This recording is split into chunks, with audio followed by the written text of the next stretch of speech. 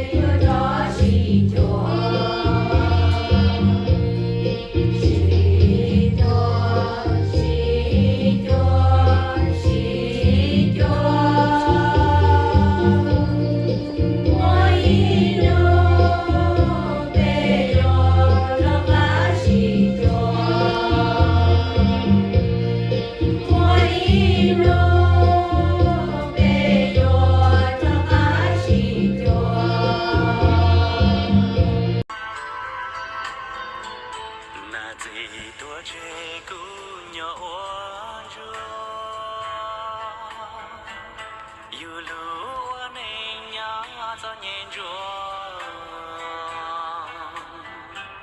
chỉ mua lên từ yêu lúa yêu chúa chỉ mua gì khó chỉ mua nan chúa là gì đua chơi cũ nhỏ ý lên yêu lúa nên uống chúa từ dây cứ đi gạo mùa lá cũ chỉ mùa yêu lúa uống chúa bóng lúa của mùa. Goodbye. You must remember that for those who are in Christ, death is not the end, but a transition into eternal life. Nếu nó tập bây giờ thì bây giờ thì bây giờ trong ai thì nó chơi nó học con rồi sẽ cái chuyện nó học phải một tập kia xe hay tiền chỉ phải hay giờ bài cho nên nó non thì bây giờ cả hay tiền chỉ một chỉ sự phải cho幾多只有這幾個數，就是有一隻幾我俾人冇樣都幾清楚。The Bible reminds us that for those who believe in Jesus, death is not a final farewell. Jesus said in John chapter 11, verse 25 to 26, I am the resurrection to you. May the Lord turn his face toward you and give you peace. And let us let's bow our heads in prayer. Chica tenía que un millón de dólares, hija, no. Y le íbamos a pedir, y le íbamos a traer un lomo.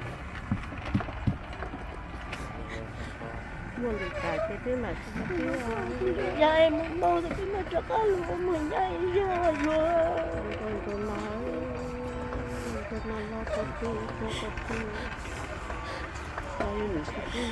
Ya no, no te voy a estar.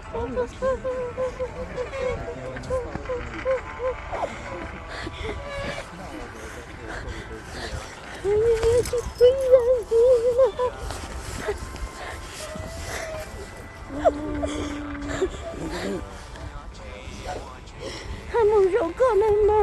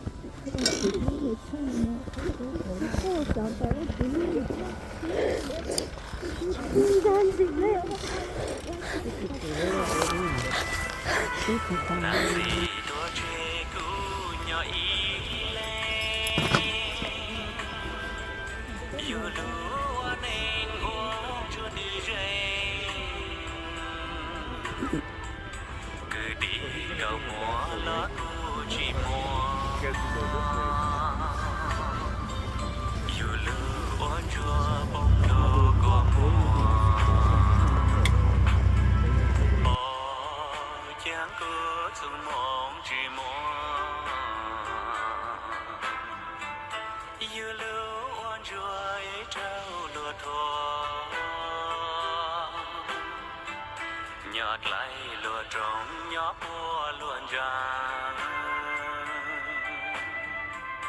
nhỏ chỉ múa vang nhỏ chỉ múa chê na gì tua chê cú lúa khê lúa trái chỉ đào lúa ăn dư lúa chê cho nó lệ cũ chế truy chuyện đề giờ đua lá chê lúa chi sang giờ